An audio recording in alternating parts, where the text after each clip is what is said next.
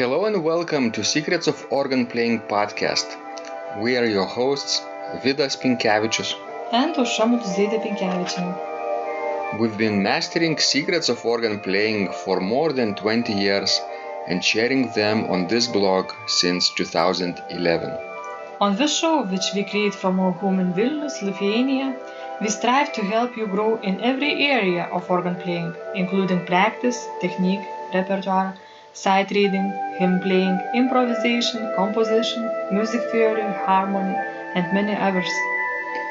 Our hope is to help you become a complete musician, or what we call as total organist, a program which we have created to help you reach your dreams faster than you would do on your own.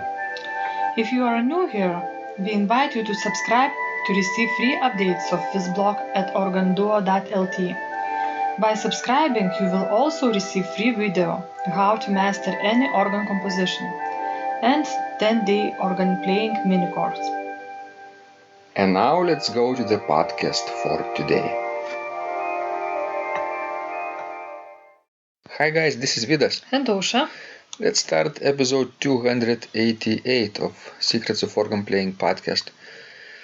And this question was sent by Neil. He writes, "Wow, it is so kind of you and Ausra to reply. I'm honored.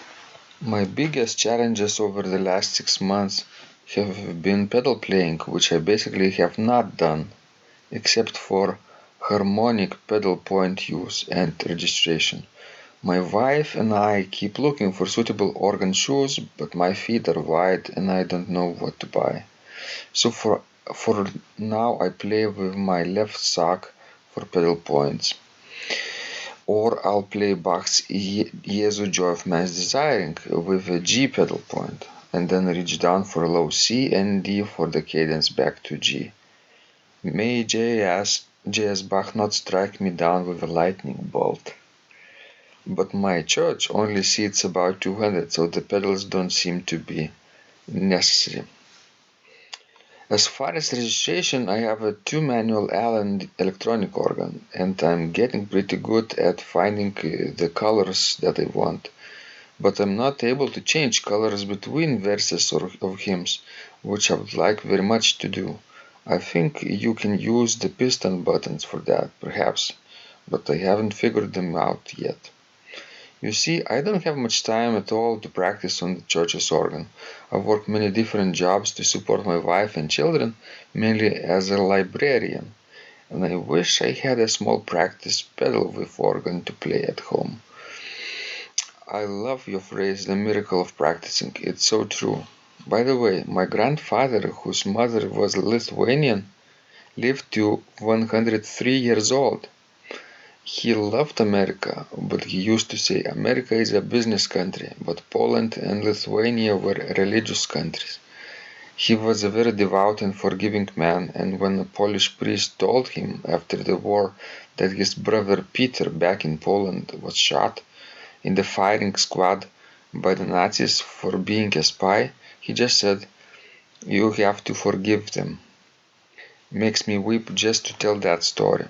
Grandpa's name was Henryk Kapovich. Great guy. Thanks, Vidas Neil. Ausra, what are your thoughts about the ending of this question about his grandfather who was Lithuanian, who has Lithuanian heritage? Wow, that's really amazing and really bad to know. That the end of the story really makes me want to cry.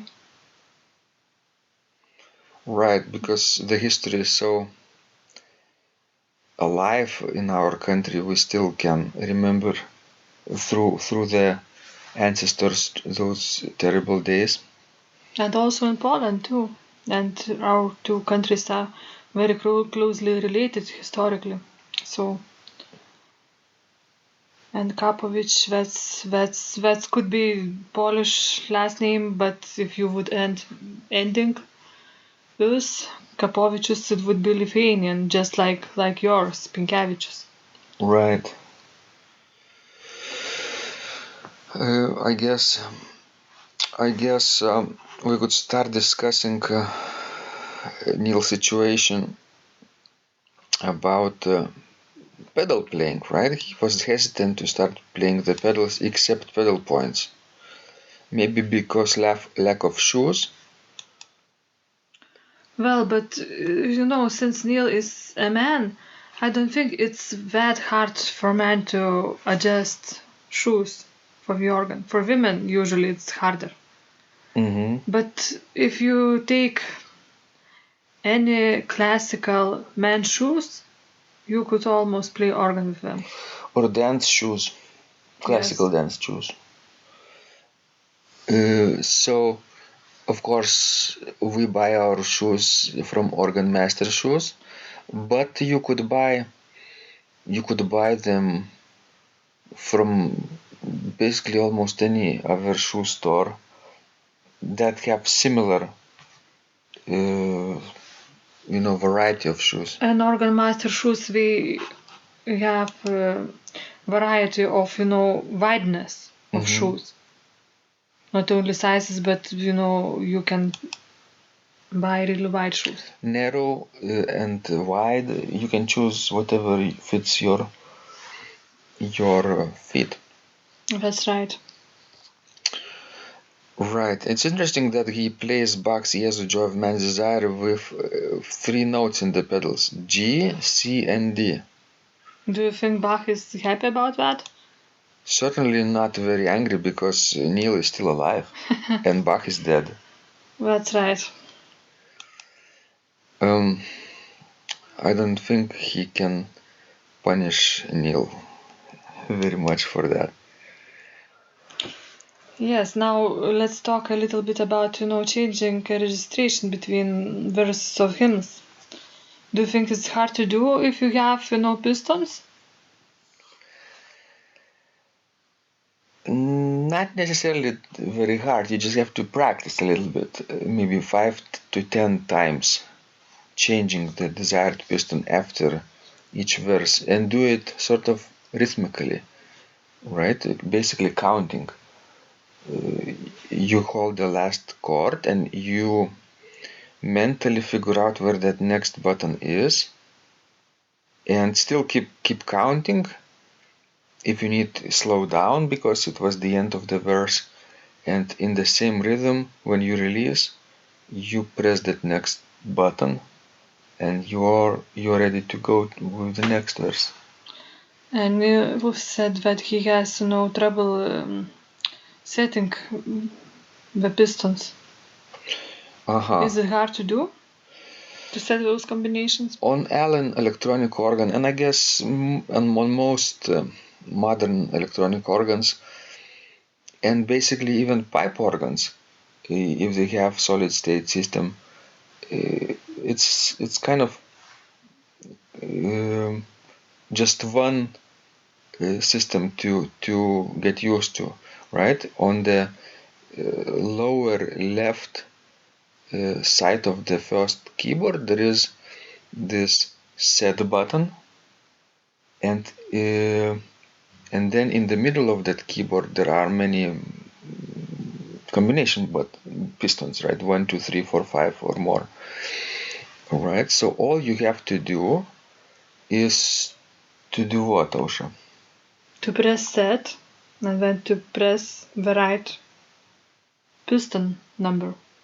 While holding that set button too.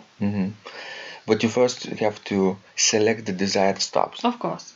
You select the desired stops, and when you are sure that this is a combination that you needed, you just press set and then the right piston number. In the far right hand side of the lower keyboard, there is a cancel button. If you press the cancel button, what happens? All the stops will disappear. Right. They will get off. And if you will press the next combination, the next piston, well, you get the next combination, and in that case you will not have to press cancel button. You mean like sequencer? Not necessarily. Let's say your organ has 6 stops, six pistons buttons, yes, 6 combinations.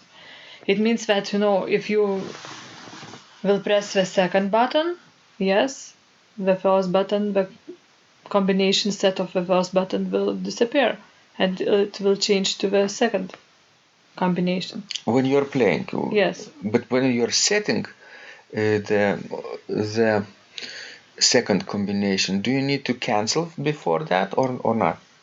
Yes, of course, unless you want just to add some stops to the first combination. Or do something reduce. No, yes.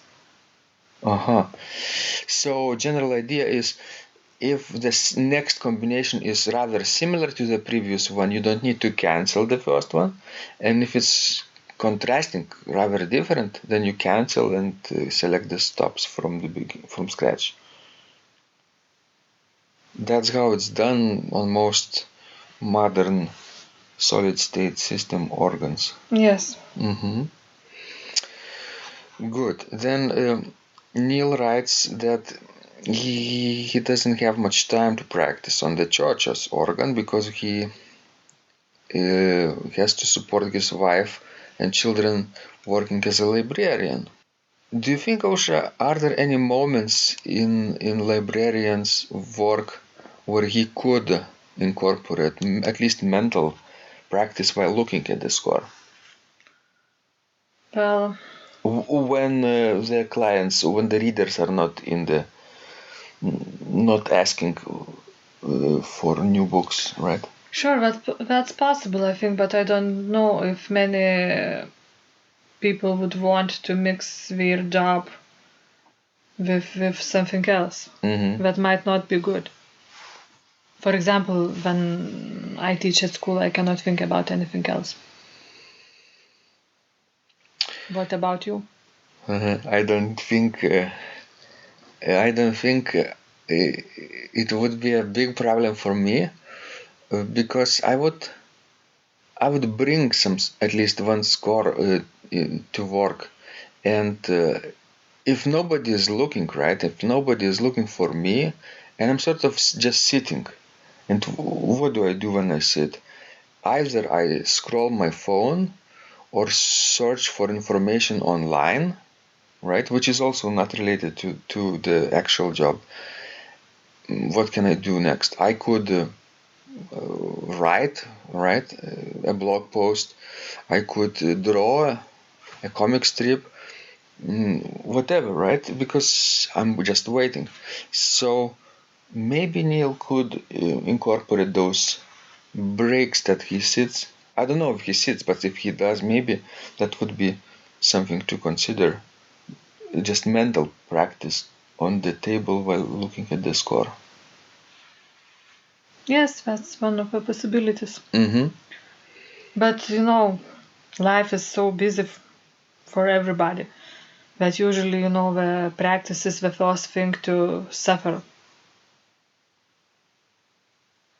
Because, of course, you have to do so many other things first.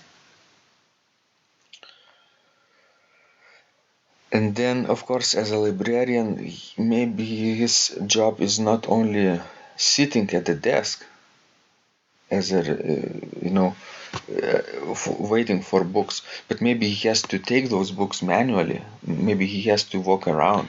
Plus, right? Many librarians, we have to do catalogs all the time and refresh them and all other things too. Right.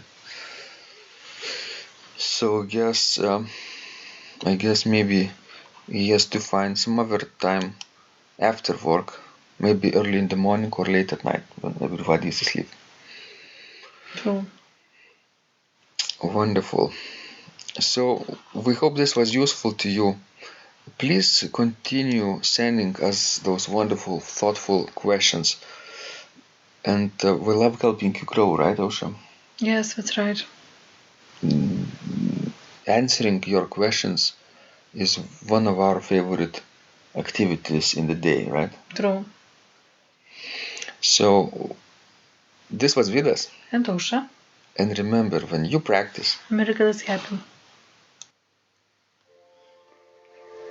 This blog is supported by Total Organist, the most comprehensive organ training program online, where you will find courses for every area of organ playing, including technique, practice, sight reading, repertoire playing, hymn playing, improvisation, composition, music theory and harmony, with hundreds of scores and thousands of exercises. Here is what some of the students are saying. Hugh writes, "The sight reading course has helped me tremendously. Thank you very much for your essays, courses, and all your help." Robert writes, "I found the fingerings, registration ideas, and general comments to be excellent." John writes, "I have found your download very helpful. It was really excellent. I have watched some of your teaching videos, and when I read your instructions, I tried to imagine you were teaching me. You may feel disappointed that I am 2-3 days behind, but I am a slow learner, and I have committed to taking the time to get it right, as you say. But the other night my wife commented that she had never heard me play such a detailed melody in the left hand so well. My left hand is generally poor." Robert writes, "It has been a great pleasure in my life of having discovered your courses and material, as well as the YouTube work of recordings. You have a calm and pleasant way of teaching." Ron writes, "Hi Vidas and Ausra, thank you guys. What a wonderful response to my email note to you. You've got me right, and I feel you understand my level of playing. Yes, at home, and lucky that I have an organ for that reason. I am paying attention to this, and I am going to try this no longer secret model. Yes, and I love Cesar Frank too. What is very nice about your blog podcast is that Ausra and Vidas are like a Socratic dialogue, and by bouncing things off of each other, so much more information comes out and is expressed. Your comments contain a wealth of information and understanding. I really appreciate this. It is very inspiring and will keep us moving forward." Would you like to receive the same or even better results that our students are getting? If so, join them at organduo.lt/total-organist. And of course, you will get the first month free too. You can cancel anytime. Also, if you haven't yet subscribed to receive free updates of this blog, make sure you do that at organduo.lt. By subscribing, you will also receive free video, how to master any organ composition, and 10-day organ playing mini course. This was Vidas. And Ausra from Secrets of Organ Playing. And remember, when you practice, miracles happen.